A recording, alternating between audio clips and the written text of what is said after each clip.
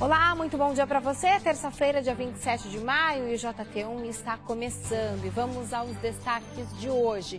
A gente continua falando do crime brutal ocorrido ontem em Mongaguá. Um homem matou a ex-cunhada e os 2 filhos dela. Vanessa Medeiros, bom dia. Bom dia, Luciana. Esse homem ele foi preso em flagrante e nesta manhã passou por audiência de custódia. Daqui a pouquinho a gente tem mais informações sobre o caso, porque a gente está aqui em frente ao IML, onde os corpos ainda estão aguardando liberação. Já já mais informações. Até já, Vanessa, e até sexta-feira o Sebrae realiza a Semana do Microempreendedor Individual. Yasmin Braga, bom dia. Oi, Luciana, bom dia para você, para quem está acompanhando aqui o JT1. A gente sabe que a qualificação pode ser a chave do sucesso de quase todo negócio, né? E aí, por isso que o Sebrae está montando, então, essa semana especial, essa semana em alusão realmente ao microempreendedor individual, oferecendo capacitação, cursos, palestras, e já já eu vou contar todos os detalhes. Até já, Yasmin. E vamos falar também sobre o bairro mais antigo da cidade da Praia Grande, que completa hoje 69 anos. Marcela Damuri, bom dia. Oi, Luciana, bom dia. Isso mesmo, 69 anos de Oceã, um bairro super importante para a história da cidade, que é cheio de tradição e de curiosidades que a gente vai trazer um pouquinho para vocês daqui a pouquinho. Até daqui a pouco, Marcela. Vamos para o Vale do Ribeira, porque os moradores do bairro Barra do Batatal, em Eldorado, reclamam da travessia de balsas. Johnny Aguiar, bom dia.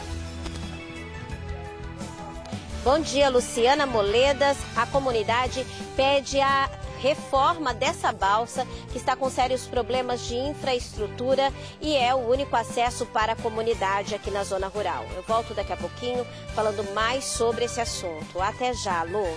Até já, Dione. Essas e outras notícias você acompanha a partir de agora no JT1, que já está no ar.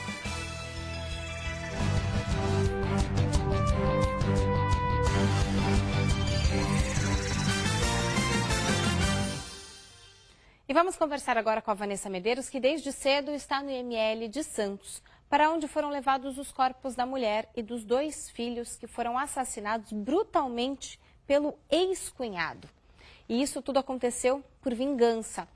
O crime aconteceu em Mongaguá, mas a família precisou vir para o IML para fazer essa liberação do corpo. Vanessa, como é que está a situação nesse momento? Já tem alguma previsão de velório, de liberação? Mais uma vez, bom dia.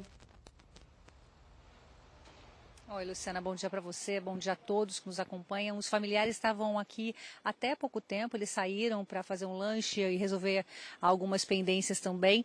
Os corpos da Priscila e dos 2 filhos dela, o Caio e a Dandara, continuam aqui. Os exames, a necrópsia já foi finalizada, mas ainda não há uma previsão de velório, né? Então eles foram resolver a questão da condução desses corpos até Mongaguá, onde deve acontecer o velório e o enterro dessa família. Muito triste essa situação, a família ainda busca respostas, né? E não conseguiram entender o porquê disso tudo ter acontecido. O autor do crime, né? O autor dessas mortes é José Roberto Alves do Espírito Santo. Ele é concunhado da Priscila. Ele era marido, né? Da irmã do marido da Priscila. A gente ouviu alguns parentes falando sobre essa situação muito triste e sem entender, buscando respostas, né, para esse crime tão brutal. Vamos acompanhar. As crianças sem palavras, né? O Caio estava para jogar no time do Santos. Dandara espivitada, bagunceira igual o resto da família. Vida. Priscila o jeito nosso de ser. E até agora a gente não sabe o que aconteceu, muitas informações desencontradas. O outro menino está lá internado no hospital, está com uma mandíbula quebrada, que a faca atravessou a mandíbula dele, quebrou a mandíbula, está com os rostos tudo inchado, vários cortes no rosto, e por milagre de Deus a faca não atravessou o crânio dele e não afetou nada no crânio, no cérebro.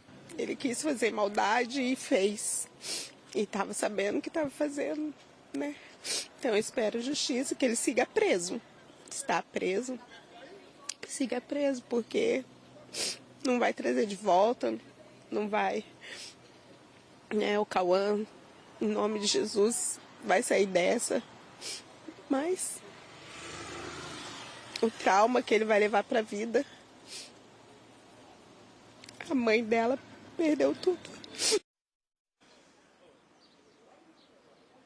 É uma situação traumática para toda a família. O adolescente de 16 anos segue internado no Hospital Irmandulce. Ele passou por uma cirurgia na face, né? Ele levou muitas facadas no rosto, de acordo com a família, mas está fora de perigo. Não corre risco de morte. E, de acordo com uma nota oficial do hospital, o estado de saúde dele é estável. A gente vai aguardar aqui a posição sobre a questão do velório, né? Eles estão aguardando aqui para poder fazer essa liberação para levar para Mongaguá. E o crime ele foi registrado na delegacia de Mongaguá como violência doméstica por descumprimento de medida protetiva de urgência, estupro, feminicídio, homicídios com qualificadoras por motivo torpe contra menores de 14 anos, emprego de meio cruel e impossibilitar a defesa das vítimas, já que ele matou enquanto elas estavam dormindo, né? Esse homem ele foi levado para o presídio de Peruíbe e agora pela manhã ia passar por audiência de custódia. A gente ainda não tem uma informação se já foi finalizada e qual o resultado dessa audiência. Então, a gente está aguardando uma posição também do Tribunal de Justiça. Vamos continuar acompanhando esse caso, Luciana. Agora vamos ver mais detalhes na reportagem da Daniela Rússio, do Morzar Dias e também do Fernando Esquilo. Quando a polícia chegou a esta casa, no balneário Jussara, encontrou um cenário muito triste. Uma mulher e 2 crianças mortas e um adolescente ferido. O suspeito, o ex-cunhado dela e tio das crianças. Ao entrar ao local, foi visualizado 4 corpos. Eles estavam com ferimentos na cabeça. Os indivíduos foram atendidos pelo SAMU. O SAMU constatou o óbito de três pessoas. Segundo a polícia, ele não teve dificuldade para entrar no imóvel, uma vez que tinha bom relacionamento com os familiares. Tanto que o marido da vítima chegou a arrumar emprego na cidade para ajudá-lo. Ele é bom predeiro. Eu cheguei, eu peguei um serviço lá na Praia Grande, botei ele para trabalhar. Ele estava desempregado, né? Eu cheguei e falei, bora lá, vou botar você no serviço. Coloquei ele no serviço, fiquei responsável por ele. Na casa, o homem procurou a ex-mulher e não a encontrou. Na sequência, ele foi até o quarto onde estava a ex-cunhada de 36 anos e a matou com golpes de marreta e pá de construção. Depois, matou a sobrinha de 11 anos, sobrinho de 13 e feriu o jovem de 16 anos. Durante as diligências e entrevistando os envolvidos, verificamos que no trajeto até a residência, ele já planejava ceifar a vida de alguns dos presentes, principalmente da sua ex-cunhada, que foi a vítima de 36 anos, pois, nas palavras dele, ele acobertava um possível relacionamento de sua ex-companheira. Então, ele já estava mal intencionado. Na sequência, a ex-mulher chegou na casa. Ele então trancou os filhos do casal no banheiro e violentou a ex-companheira, que conseguiu pedir ajuda. Ele preservou a vida dela como um instrumento de vingança para deixá-la viva, deixá-la sofrendo, vendo a morte de seus entes queridos, das crianças. A polícia militar fez uma ronda pelas ruas do bairro e conseguiu prender o homem em flagrante. O jovem de 16 anos foi encaminhado para atendimento médico e segue internado no Hospital Irmandulce. Da parte da Polícia Civil, estão sendo tomadas todas as diligências investigativas necessárias para a colocação no cárcere desse indivíduo, para que ele não retorne ao convívio social, tendo em vista que ele se mostrou um indivíduo perigoso, um indivíduo frio, um indivíduo com uma perversidade acentuada. Ainda de acordo com a polícia, a ex-mulher do suspeito morava em São José dos Campos, no interior de São Paulo, e se mudou para Mongaguá porque ela já estava sofrendo ameaças do suspeito e tinha 3 medidas protetivas contra ele. Aí agora, minha esposa que não tinha nada a ver, minha filha que não tinha nada a ver e meu filho que não tinha nada a ver foi morto. E aí, como é que vai ficar? No meu coração, o que eu quero mesmo é justiça. Eu não sei nem o que pensar, a não ser justiça. E em Peruíbe, mais um caso de violência familiar. Um idoso de 69 anos atirou em um dos filhos e depois foi encontrado morto pela polícia com um tiro na cabeça. O filho, que teve ferimentos no ombro e também em uma das mãos, já recebeu alta do hospital. O crime foi nesta casa no balneário Estela Maris. Ela fica a poucos metros de um batalhão da Polícia Militar. Segundo o boletim de ocorrência, 2 irmãos foram visitar o pai, que tem problemas de saúde. Durante a conversa, houve um desentendimento. O homem, de 69 anos, pegou uma arma e atirou várias vezes. Pelo menos 2 tiros atingiram um filho de 44 anos, que foi socorrido e levado para a UPA de Peruíbe com ferimentos no ombro e em uma das mãos. Ele estava consciente. No decorrer da tarde, ele precisou ser transferido aqui para o Hospital Regional de Itanhaém, mas não corre risco de morte. Os agentes ainda ouviram um último disparo. Ao todo, foram 7 tiros. Segundo a polícia, o suspeito tirou a própria vida. Uma arma foi apreendida. Essa vizinha conhecia o idoso há mais de 30 anos. Ela contou que ele enfrentava problemas de saúde e vivia com muitas dores. Ele estava muito triste porque ele estava doente, né? Ele ficou hospitalizado quase 30 dias. Aí veio para cá, estava nervoso, estava com muita dor, porque ele tinha as pernas tudo feridas, né? Então, chegou, acho que ficou desesperado, disse que não conseguia dormir. É que no hospital ele tomava morfina. Então a morfina tira dor. Aqui não tem morfina. Então ele sentia muita dor, disse que não conseguia dormir, não conseguia fazer nada. Estava há muito tempo? Teve uma discussão? A senhora Não. Pelo menos a gente não sabe que tinha discussão. Ontem eu falei com ele de tarde, ele estava bem, estava assistindo o futebol. Então, não sei. A senhora já o conhecia há um tempo? Já? Mais de 30 anos. A gente é vizinhos. Além de vizinhos, éramos grandes amigos. O crime foi registrado na delegacia de Peruíbe e a Polícia Civil segue investigando o caso. Agora vamos mudar de assunto, vamos falar da previsão do tempo. Primeiro, imagens ao vivo para você, para a gente dar uma olhada como é que está o tempo nesse momento. Imagens ali da orla da praia, muitas nuvens no céu, hoje o sol aparecendo de forma mais tímida, mais escondido, mas mesmo assim, previsão de tempo firme. A gente tem imagens também dessa câmera pegando ali a parte da navegação ali para o Guarujá, né? Imagens também da câmera da balsa para você. A gente tem imagens também de outros pontos da nossa região. Alto da Ilha Porchá, mostrando São Vicente. Hoje a previsão é essa mesmo. Tempo mais encoberto, sol aparecendo de forma mais tímida, mas as temperaturas à tarde chegam aos 27 e 28 graus nas cidades da Baixada Santista e sem previsão de chuva. Indo para o Vale do Ribeira, a situação bastante parecida, mas faz mais calor ainda. A gente tem imagens para você da cidade do Vale do Ribeira, também céu azul, muitas nuvens, Eldorado na tela para você. Vai fazer calor durante a tarde, máxima entre 28 e 30 graus na maior parte das cidades e também sem previsão de chuva. Lembrando que a partir de amanhã já tem a aproximação de uma frente fria trazendo instabilidade e também ao longo dos próximos dias teremos queda nas temperaturas. E uma câmera registrou uma onça parda bem em frente ao condomínio Bosque Três Marias de Peruíbe. Olha as imagens na tela para você. Segundo os moradores, essas visitas não são raras, mas dessa vez o fato foi registrado pelo monitoramento do local. A Secretaria de Meio Ambiente da cidade informou que a presença do animal ali é um fato natural, porque o condomínio está situado próximo a uma área de floresta de restinga que vai até a Serra do Mar e é o habitat natural de diversas espécies da fauna silvestre. A prefeitura explicou que a onça parda, em geral, evita contato com seres humanos e não apresenta comportamento agressivo. Mas, se ameaçado ou encurralado, o animal pode se defender. Então, é importante que a população não se aproxime desse tipo de animal e a orientação é que, caso o animal apareça novamente, os moradores entrem em contato com a Secretaria de Meio Ambiente, com a Guarda Civil Municipal, com a Polícia Ambiental ou com os Cetas Jureia da cidade de Peruíbe. E até sexta-feira o Sebrae realiza a Semana do Microempreendedor Individual. O objetivo é capacitar esses profissionais para que eles coloquem em prática suas ideias e principalmente conquistem um espaço dentro do mercado. E a Yasmin Braga está na agência do Sebrae de Santos para falar um pouco mais dessa programação. Oi, Yasmin!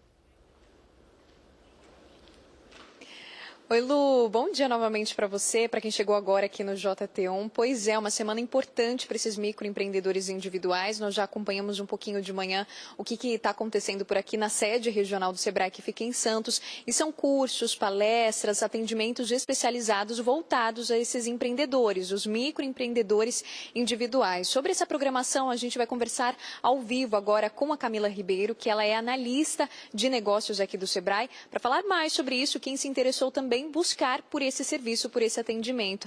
Camila, o que vocês estão oferecendo nessa semana e qual é o objetivo principal hoje? Então, essa semana é a Semana Nacional do Microempreendedor Individual e preparamos uma semana especial para quem é microempreendedor individual. Vamos ter cursos, palestras, consultoria, estamos com as meninas da loja colaborativa expondo e vendendo seus produtos, né? Lembrando que a última semana para a entrega da declaração de faturamento anual para quem é microempreendedor individual.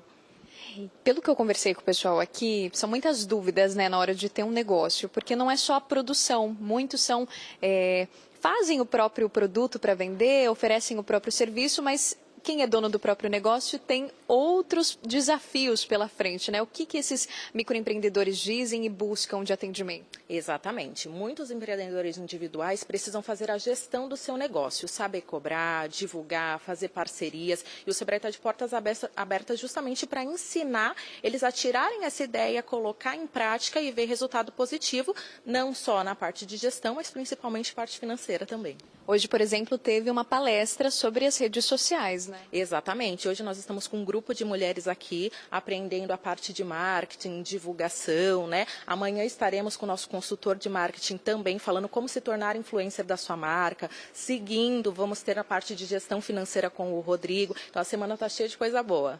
Como é que faz para participar, Camila? A inscrição é totalmente gratuita, tá? A inscrição pode ser feita diretamente aqui no escritório, tem o site e também pelo WhatsApp, tá? Então tem ali nosso DDD 13 99103 6256.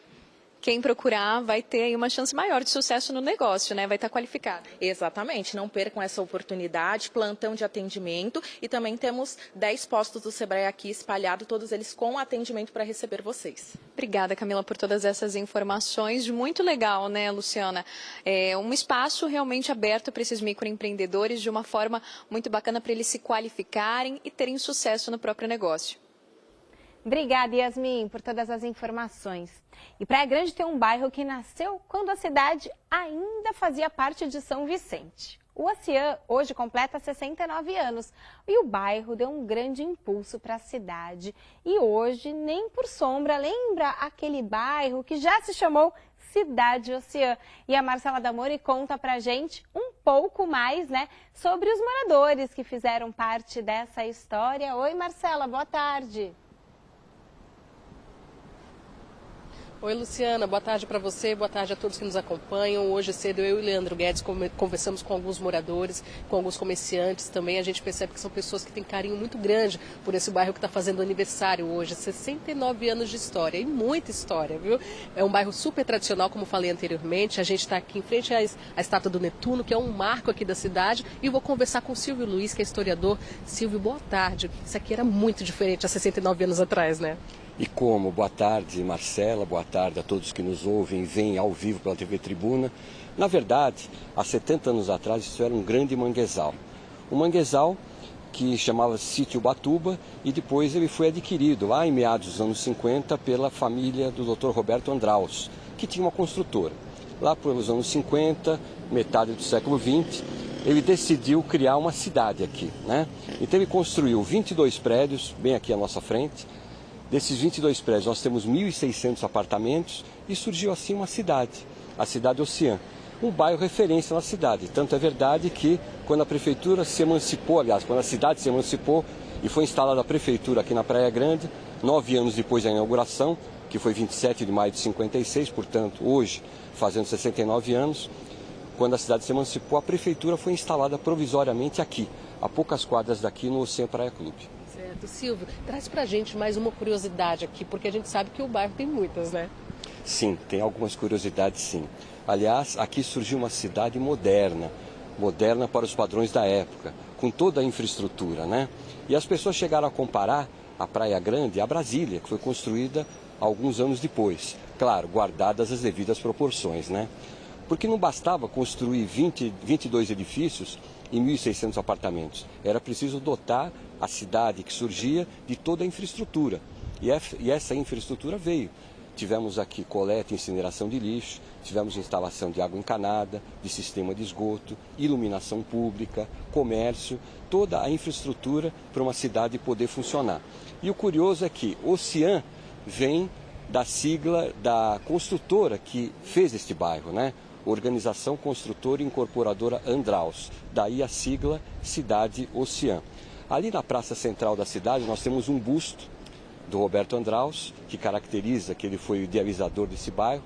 E o Roberto Andraus, depois, 4 anos depois dele construir esta cidade, ele candidatou-se e foi eleito prefeito de São Vicente. Lembrando que, naquela época, este bairro e a cidade de Praia Grande hoje pertencia a São Vicente. Silvio, muito obrigada pelas informações, pela super contribuição histórica. Então, fica aí nossos parabéns aos moradores aqui do bairro Ocean. Volto com você, Luciana. Obrigada, Marcela. Tivemos uma aula de história aqui ao vivo no JT1. Parabéns a todos os moradores que ajudaram a construir o bairro. Obrigada mais uma vez.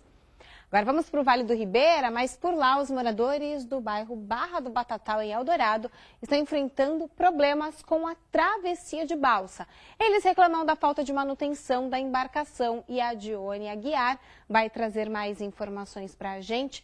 Primeiro, Dione, de quem que é a responsabilidade? É da Prefeitura? É do Governo do Estado? Boa tarde. Oi, Luciana. Boa tarde para você, para todo mundo que está acompanhando o nosso telejornal, né? Olha, a responsabilidade dessa balsa é da Prefeitura de Eldorado. Essa balsa, na verdade, existe há muitos anos. Essa embarcação especificamente está aí há 6 anos, segundo os moradores.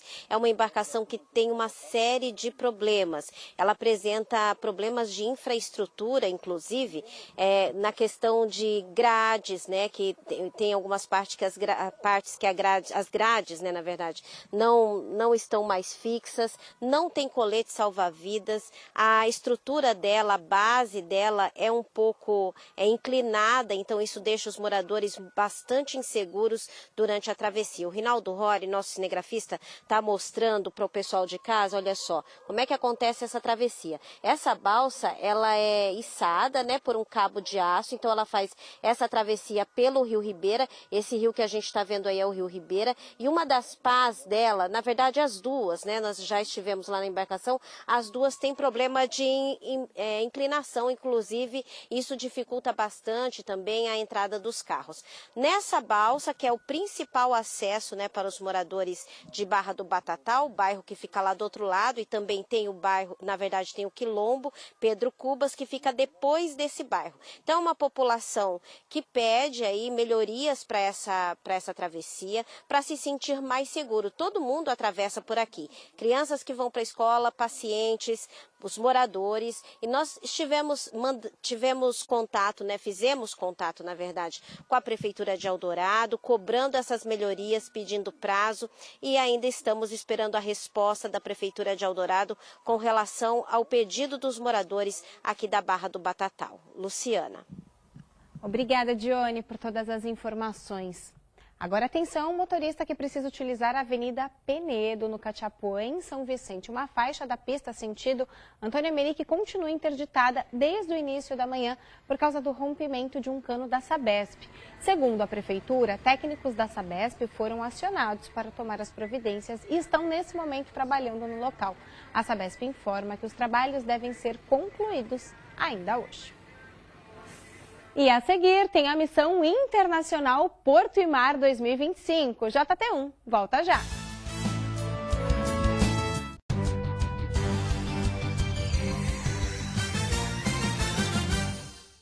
A TV Tribuna está nos Estados Unidos. Acontece nesta semana a Missão Internacional Porto e Mar 2025. Já é tradição o compromisso do Grupo Tribuna com o desenvolvimento do Porto de Santos. Nesta edição, empresários e autoridades vão conhecer alguns lugares que respiram tecnologia e inovação. Seattle está no extremo norte da costa oeste dos Estados Unidos, ou seja, fica perto do Canadá e está de cara com o Oceano Pacífico. Por isso, também é comum ver muitos asiáticos por aqui. O tráfego aéreo é intenso. Por ser litorânea, possui características únicas que, quando bem aproveitadas, unem logística e entretenimento.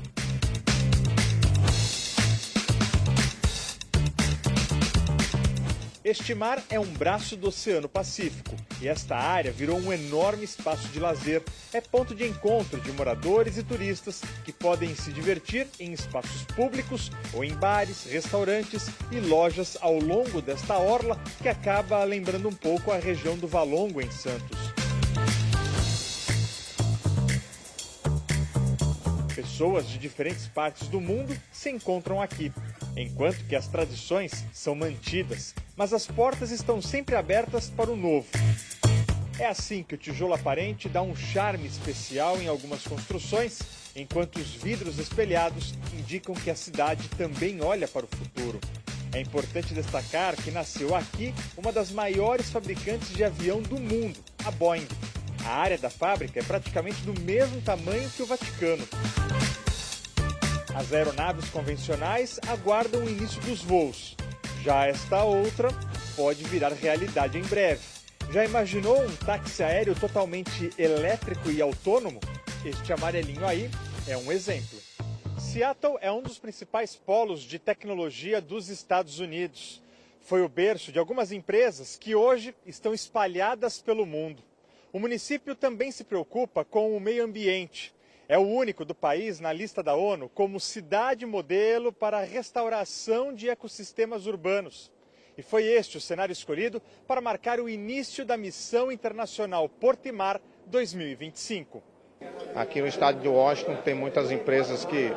Starbucks começou aqui, a primeira Starbucks aqui, entre outras muito grande. Então a gente vai ver, levar um pouco um pouco dessa inovação que tem aqui para o Brasil, para os portos do Brasil, principalmente o Porto de Santos. Todos nós sabemos que os dados são um grande desafio do mundo moderno. O que fazer com os dados para que a gente possa ter a melhor tomada de decisão. E ter aqui a esfera federal, a esfera estadual e também a municipal reunida com muitos empresários que são formadores de opinião, faz com que o nosso Porto de Santos e os portos do Brasil venham a usufruir desse conhecimento que o Grupo Tribuna proporciona internacionalmente para o nosso país.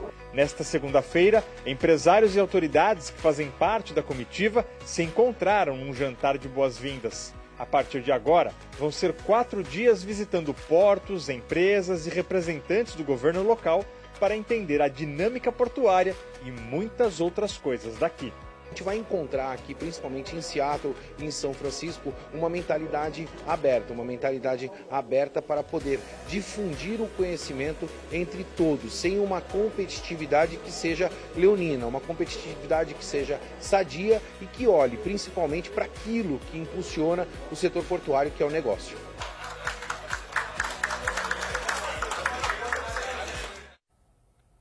E hoje, eu e o jornalista Rafael Mota, editor de A Tribuna, recebemos aqui no estúdio do JT1, deputado federal Paulo Alexandre Barbosa. Boa tarde, Rafa. Boa tarde, deputado. Boa tarde. Sejam bem-vindos. Boa tarde a você, Ana, deputado. Boa tarde a você. Vamos começar já falando da visita recente à Europa que o senhor fez para conhecer obras importantes de túneis imersos, submersos e que podem inspirar uma obra tão esperada que é a nossa obra do túnel Santos-Guarujá. O que o senhor viu por lá, o que dá para se aproveitar dessa viagem para trazer para esse projeto, até mesmo em relação à parte de desapropriação, de como lidar com essas famílias, a estrutura mesmo da obra. Olha, prazer estar aqui. Boa tarde, Luciana. Boa tarde, Rafael. Boa tarde, telespectadores que estão nos acompanhando. Foi uma visita importante. Nós conhecemos lá um túnel que está sendo construído entre a Alemanha e a Dinamarca, com 18 quilômetros de extensão, depois um outro túnel entre a Dinamarca e a Suécia, conjugado com uma ponte de 10 quilômetros, junto com um túnel imerso. Lá eles fizeram uma obra conjunta com mais 4 quilômetros de túnel. Enfim, obras de infraestrutura. E a gente viu, por um lado, quanto o Brasil está atrasado, quanto nós estamos atrasados em relação a esse tipo de obra. Mas também nós pudemos enxergar e ali sair com uma esperança de que é possível fazer, sim, quando se tem vontade política, quando se tem uma união de esforços, para que a gente possa retirar essa obra do túnel Santos Guarujá do papel. Eu diria que a principal lição ali desse projeto é a questão da simplificação das licenças ambientais, que é uma metodologia utilizada lá na Europa, que a gente tem que trazer para o Brasil, porque isso vai ajudar a agilizar a execução da obra. Se a gente fizer um comparativo, o túnel que nós visitamos lá, que está sendo construído, já está em obra, tem 18 quilômetros. O nosso aqui tem 1 quilômetro. A gente demorou 100 anos para fazer uma obra como essa, mas com essas boas práticas e aprendendo com quem fez e está fazendo bem feito, é muito importante para que a gente possa acelerar os procedimentos aqui e garantir a execução da obra. Deputado, o ministro de Portos e o governador também estiveram nesses países da Europa visitando as obras, conhecendo empresas interessadas na construção de empreendimento e até anunciaram recentemente que o edital do leilão para o túnel foi adiado de agosto para setembro. A gente sempre fica preocupado quando escuta falar em adiamento. O senhor é membro de uma das comissões que acompanham o projeto. É motivo de preocupação para o cidadão que, olha, vai demorar ainda mais do que já estava demorando, faz praticamente 100 anos que se conversa nesse projeto? Olha, o cidadão tem razão, não dá para tirar a razão da população. É maquete, obra, projeto e até agora a obra não saiu. Minha função em Brasília, quando eu fui para Brasília, é para fazer um trabalho diferente, para que a gente tenha um resultado diferente, para que a gente tenha essa obra iniciada. Eu presido no Congresso a comissão que foi instalada para acompanhar e fiscalizar esta obra, então tenho essa missão e eu não vou sossegar enquanto essa obra não começar, enquanto a gente não entregar o túnel Santos Guarujá. É importante que a gente avançou. O fato desse adiamento de um mês é uma boa notícia até porque ele se deu em função do interesse de muitas empresas internacionais em participar da licitação e elas alegaram falta de tempo para fazer a proposta no período de agosto. Então, por isso, foi estendido um mês, mas agora com essa harmonia. Eu diria que essas brigas políticas que nós tivemos nesses últimos tempos, na gestão passada, o governo estadual queria a ponte, o governo federal queria túnel e a Baixada Santista ficou a ver navios. Ficou sem nada. Agora nós temos o quê? Governo federal, governo estadual e todas as prefeituras imbuídas e convergentes em um único projeto. Então agora vai ter túnel sim, essa obra será executada e eu não vou descansar enquanto isso não acontecer. Uma outra obra muito importante quando a gente fala de desenvolvimento metropolitano é o aeroporto de Guarujá, uma obra que depende de verbas do governo federal, mas também tem licitações realizadas pela prefeitura. Como é que está toda essa situação para realmente a gente ver o primeiro avião pousando aqui, comercial, com, enfim, passageiros, com, de repente, turistas para a nossa região? É o que todos nós queremos, né, Lu? Quando eu cheguei em Brasília, nós tínhamos lá licenças, avanços na burocracia, mas tudo no papel. A gente não tinha obra acontecendo. E não tinha obra acontecendo porque faltavam algumas licenças e faltava dinheiro para fazer o total das obras. Tinha uma parte do recurso, mas não tinha todo o recurso. Com isso, não tinha nenhuma obra, nenhum tijolo colocado ali no aeroporto. Então, a gente conseguiu os recursos que faltavam, conseguimos as licenças que faltavam, a obra foi feita, a primeira parte, que foi o cercamento, a segunda parte, que foi a nova pista, que também já foi entregue, e agora está na terceira e última etapa, que é a construção do terminal de passageiros. Então, isso vai acontecer ainda dentro desse ano, e objetivamente, nossa meta é que no ano que vem a gente tenha avião pousando e decolando. Chega de papel voando, a gente quer avião pousando e decolando, estamos trabalhando para isso e com essa integração também, multimodal, porque nós vamos ter do outro lado, as pessoas vão poder, por exemplo, desembarcar no aeroporto do Guarujá, fazer a travessia para o novo terminal de passageiros ali no Valongo, o Parque Valongo já está funcionando, a gente quer trazer o terminal de passageiros ali para o Valongo e promover essa integração para que a gente possa desenvolver economicamente, gerar emprego e renda na Baixada Santista. Outro assunto que chama a atenção dos moradores da região é a saúde pública. Ontem o senhor esteve com o secretário Eleusis Paiva, juntamente com o prefeito de Peruíbe, Felipe Bernardo, para tratar do Hospital Municipal de Peruíbe. Uma obra praticamente pronta, mas que não tem a garantia de dinheiro para o funcionamento. Como foi a discussão que o senhor e o prefeito tiveram ontem com o secretário? Olha, Rafael, você tocou num ponto muito importante. A saúde da Baixada Santista é prioridade, nós temos que viabilizar mais recursos. E não é só questão de Peruíbe. Peruíbe a gente tem lá um hospital pronto para funcionar, que precisa de dinheiro para investimento, para equipar o hospital e para o custeio, que é aquilo que tem relevante importância na saúde. Além de Peruíbe, a gente tem Bertioga numa situação semelhante, um hospital também pronto, equipamento pronto e aguardando o custeio do Estado para funcionar. E além de Bertioga, a gente tem essa situação também, além de Peruíbe e Bertioga, temos essa situação também na maternidade de São Vicente. Um prédio pronto, um investimento bastante significativa e que precisa de recurso de custeio. Então, nós levamos essas demandas ao secretário Eleus Paiva, que se comprometeu a viabilizar os recursos para que esses 3 equipamentos, Bertioga, Peruíbe e a maternidade de São Vicente, possam entrar em funcionamento. E depois dessa audiência com o secretário Eleus, fui para o Palácio dos Bandeirantes, fiquei 2 horas em reunião com o governador Tarcísio, tratando de temas importantes, como a terceira pista de imigrantes, o VLT na área continental de São Vicente e a operação aqui do VLT no centro de Santos, a segunda etapa em Santos, a curva do S na Praia Grande. É muito importante essa discussão com o Estado, que é o maior parceiro aqui da região, para viabilizar esses investimentos em todas as cidades da Baixada. Agora, Paulo, nós temos 3 deputados federais que estão representando a Baixada Santista. Como é que tem sido essa união política entre vocês, independente de partidos diferentes, às vezes ideias diferentes? O senhor apoiou o Rogério Santos na última eleição, mas tem a deputada Rosana Vale, que acabou também apoiando ela, votando nela para umas comissões. Como é que tem sido essa relação e essa luta pelo bem comum que é das cidades da região? Olha, você já começou fazendo a pergunta com um número que mostra o quanto a gente está subrepresentado lá no Congresso. São 3 deputados para 513. Então, nós somos poucos. Imagine se a gente não trabalhar em pautas conjuntas e lutar pela Baixada. Quem pede é a população. Então, a minha linha de atuação é um trabalho de cooperação com os deputados. Eu apoiei o Rogério Santos, que está fazendo um trabalho muito bom, está se dedicando bastante. A cidade de Santos vem crescendo, é um gestor extremamente competente e fiz, no meu ponto de vista, a escolha correta e certa na eleição. Agora, isso não me impede de estabelecer parceria com os colegas da Câmara. Inclusive, você citou agora que eu votei na minha colega para a primeira vice-presidência da Comissão de Viação e Transportes, porque era o cargo que eu ocupava. Eu era o anterior primeiro vice-presidente. E achei que, na minha sucessão, era importante ter um representante da Baixada Santista para que os nossos interesses pudessem continuar sendo prioridade lá no Congresso. É assim que eu vou fazer. Para mim, a Baixada Santista está em primeiro lugar e os temas que forem importantes para a minha região terão todo o meu esforço, meu trabalho conjunto com os colegas no Congresso Nacional. Na sexta-feira passada, o senhor e o prefeito Rogério Santos conversaram com trabalhadores portuários. E tem a possibilidade de alterações da lei dos portos, que pode fazer com que haja relações até diferentes, atualizadas entre empresas do porto e o trabalho portuário. Quais são as principais preocupações que eles apresentaram a vocês e como conciliar tudo isso? Olha, está sendo no Congresso Nacional nesse momento, está tramitando o PL 733, faço parte dessa comissão especial, é um projeto que vai fazer uma revisão da legislação portuária, estabelecendo novas diretrizes para viabilizar investimentos. É muito importante que a gente possa se adequar a esse novo tempo, a modernização, simplificar investimento, aumentar o tempo de contrato de 50 para 70 anos, simplificar o licenciamento ambiental, isso que eu falava no início em relação ao túnel. O projeto também traz esse tema à tona e é muito importante para quê? Para a gente atrair mais investimento, gerar mais emprego e renda. E, obviamente, nós temos o interesse do trabalhador, que tem que ser respeitado, né? Eu faço parte da comissão e comigo na comissão o trabalhador portuário pode ter certeza que ele vai ter vez, vai ter voz, vai ser ouvido. O debate, por mais polêmico que seja, ele precisa ser feito com transparência, com amplo diálogo e é dessa maneira que nós vamos conduzir. Com equilíbrio, né? Equilíbrio para que a gente possa garantir desenvolvimento econômico, garantir novos investimentos, garantir que os empresários tenham previsibilidade, segurança jurídica e que o trabalhador seja respeitado. É para isso que eu vou desenvolver o meu trabalho em Brasília.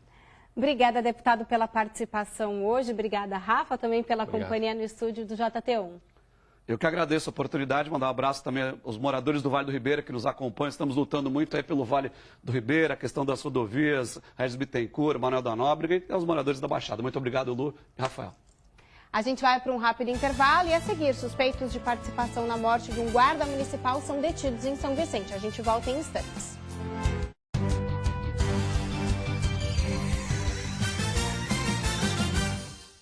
A polícia prendeu um adolescente e prendeu um homem de 21 anos em São Vicente. Eles são suspeitos de participação na morte do guarda municipal Alexandro Lima do Nascimento. O GCM ajudava uma outra equipe quando foi baleado. O crime aconteceu em março no bairro do Itararé. Os foram cumpridos pelos agentes da DIG, a Delegacia de Investigações Gerais de Praia Grande, na casa dos investigados em São Vicente. Com eles foram apreendidos celulares furtados, drogas e dinheiro. O suspeito de 18 anos foi apreendido e encaminhado para a Fundação Casa, já que na época do crime era um adolescente e completou a maioridade no dia da apreensão. Já o de 21 anos foi preso temporariamente. Ele já tinha sido autuado em flagrante 11 dias após a morte do GCM pelo crime de receptação. A polícia já identificou um terceiro suspeito que segue foragido. Desde o dia 9 de março, então logo houve o evento morte envolvendo um guarda municipal da cidade de São Vicente, quando eles realizavam uma fiscalização ambiental no Morro do Itararé, foi instaurado um inquérito policial.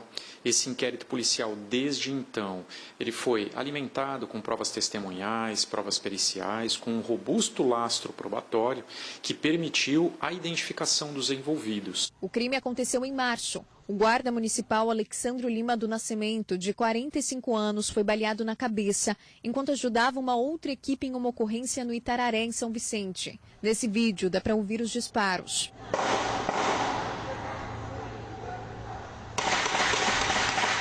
O GCM chegou a ser socorrido e levado para um hospital da cidade, mas não resistiu e morreu no mesmo dia.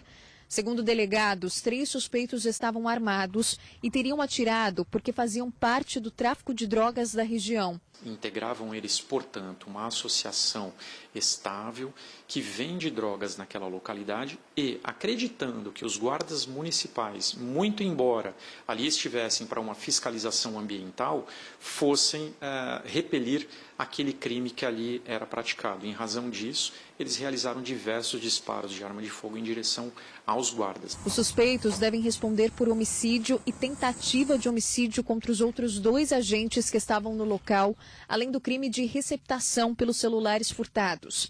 As investigações continuam para localizar o terceiro envolvido, de 23 anos.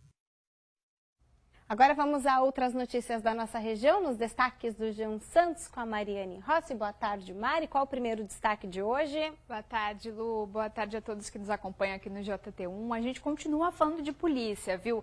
Porque teve uma agremiação, dentro de uma agremiação, uma escola de samba de Santos, que foi encontrada uma parte de cocaína e maconha também. E o presidente da escola, Vila Matias, foi preso por conta dessas drogas que estavam no barracão da escola. O Vini Negão, como ele é conhecido, disse para os policiais que não sabia que essas drogas estavam nessa sala da agremiação, mas mesmo assim ele foi preso. Outras 5 pessoas foram para a delegacia, mas foram liberadas. E qual é o outro destaque que a gente traz aqui na tela? Uma questão de inadimplência. Tem gente ficando com dívida na região? Isso, muitos devedores. Lu, Santos registrou alta de inadimplência pelo 8º mês consecutivo. Esse estudo foi feito pela Câmara dos Dirigentes Lojistas, que faz essa análise mensalmente e constatou que os consumidores negativados têm geralmente uma dívida de R$6 mil na praça aqui em Santos, viu? E para a gente encerrar, pelo menos uma notícia boa, porque tem bolsa de estudo para quem quer estudar, se capacitar. Isso mesmo. O Senac oferece mais de 2.000 vagas de estudo gratuitas em registros. Interessados podem ter acesso aí a cursos profissionalizantes, em várias áreas. Então, entra lá no G1 para conferir direitinho os cursos e como se inscrever. Obrigada, Mari, por todas as informações. É só acessar o G1 Santos. Isso mesmo. Obrigada, Lu. Tchau, tchau. Até amanhã, gente. E hora da gente dar um pulo até a redação da Globo em São Paulo, conferir os destaques do Jornal Hoje. Kovalik. Olá, no Jornal Hoje desta terça, a gente está de olho nessa onda de frio que invade grande parte do país. O Paraná, por exemplo, tem alerta de queda brusca de temperatura e tem lugares com possibilidade de geada e até de neve nos 3 estados do sul. E olha que falta quase um mês para o início do inverno. Nas notícias internacionais, a Europa se arma diante da falta de avanços para a paz na Ucrânia. Hoje, a União Europeia aprovou a criação de um fundo de armas de 150 bilhões de euros. A Alemanha e França já haviam autorizado a Ucrânia a usar mísseis de longo alcance contra o território russo. E o discurso do rei do Canadá. Não se surpreenda, o Canadá tem mesmo um rei. Charles III, além do Reino Unido, também é chefe de Estado do Canadá e vai falar ao parlamento. Além da curiosidade, o discurso ganha relevância no momento em que Canadá e Estados Unidos travam uma dura disputa sobre tarifas. Daqui a pouco, a gente conta tudo no Jornal Hoje. Até lá. E depois do intervalo, a saúde foi o tema de mais um encontro, a região em pauta. O JT1 volta já.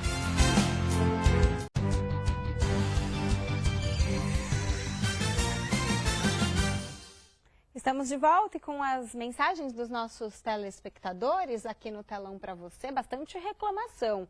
Luiz Carlos da Praia Grande falando da situação do córrego da Avenida Roberto Vinhas, perto do número 13.155. Desde janeiro solicito a limpeza do local e a capinação, mas nenhuma providência é tomada. Tem reclamação aqui também do Nivaldo, também da Praia Grande, falando de um buraco na rua Américo Vespúcio, perto do número 541. Está perigoso passar por ali. Tem também a Simone de São Vicente. Meu marido está desde o dia 6 de maio para fazer um exame de próstata no Centro de Especialidades de São Vicente. Fui reclamar e fui informada que estão contratando uma empresa para realizar esse exame e até agora, então, ele não consegue fazer o exame. Luiz Carlos de São Vicente, falando da situação da Avenida Célula Mater, no Parque Continental, muito lixo jogado ali ao redor da rotatória. Maria de Fátima de Itanhaém, reclamação sobre um terreno abandonado na rua Iemanjá, e a prefeitura precisa tomar providências, ela pedindo aqui um auxílio da prefeitura. E olha só o Edmilson de Peruíbe, gostaria de mostrar a situação da rua 5, no Jardim Somar, a rua completamente alagada que ele mandou aqui. A gente também não vê calçamento, é uma rua de terra, quando chove alaga, não tem calçada e muito mato para os conviverem. Você sempre continua participando com a gente no 2102-7629. Agora o saúde, vamos falar de saúde, porque esse foi o tema de mais um encontro à região em pauta, o evento que é promovido pelo Grupo Tribuna. O debate contou com autoridades e especialistas no assunto.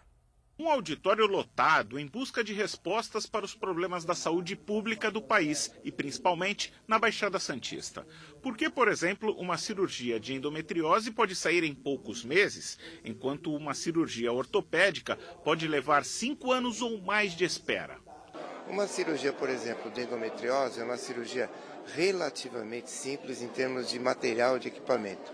Uma cirurgia ortopédica exige prótese, órtese, que são caríssimas e às vezes o município não tem como comprar ou como o hospital bancar essa órtese, essa prótese para aquela cirurgia ortopédica. E a tabela SUS é desatualizada para isso.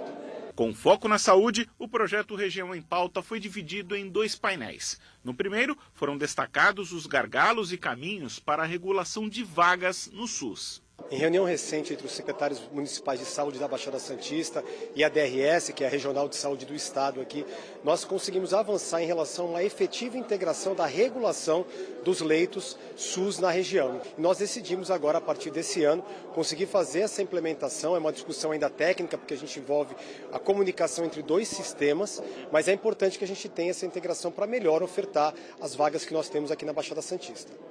A secretária de Saúde de São Vicente disse que é preciso haver transparência dos prestadores de serviço sobre as vagas que eles oferecem. Nós temos diversos prestadores na região, né, que recebem para fazer alguns procedimentos, para serem referência regional na internação de alguns tipos de paciente. E a gente pede realmente que esses leitos estejam visíveis ao CROSS, para que eles consigam ver se há realmente vaga ou não há, porque às vezes pela gravidade do paciente, a necessidade de ter uma vaga zero, que a gente chama, sem necessidade de autorização desse prestador. O paciente chegar para ele ser assistido a tempo, para ter a sua vida salva. A gente precisa da transparência dos leitos desses prestadores de serviço para que a gente consiga olhar para a região como um todo. Correto. E quem deveria gerir então?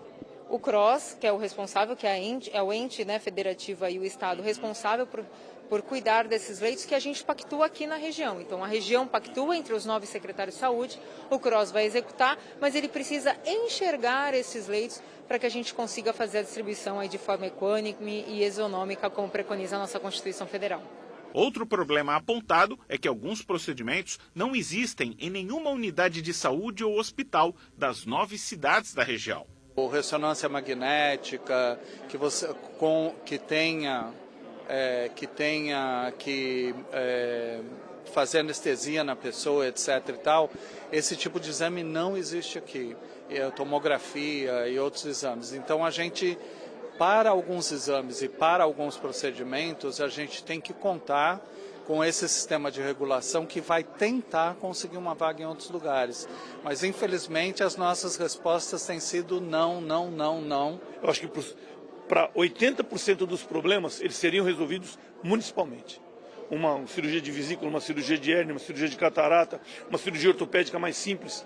Resolvendo isso em cada um dos seus municípios ou em municípios conjuntos, passa-se assim por uma situação regional. Um tumor cerebral, onde eu não vou querer que Mongaguá tenha uma estrutura para um tumor cerebral, mas que vai se regionalizar para 2 ou 3 municípios, fazermos as cirurgias de porte maior, com maior complexidade.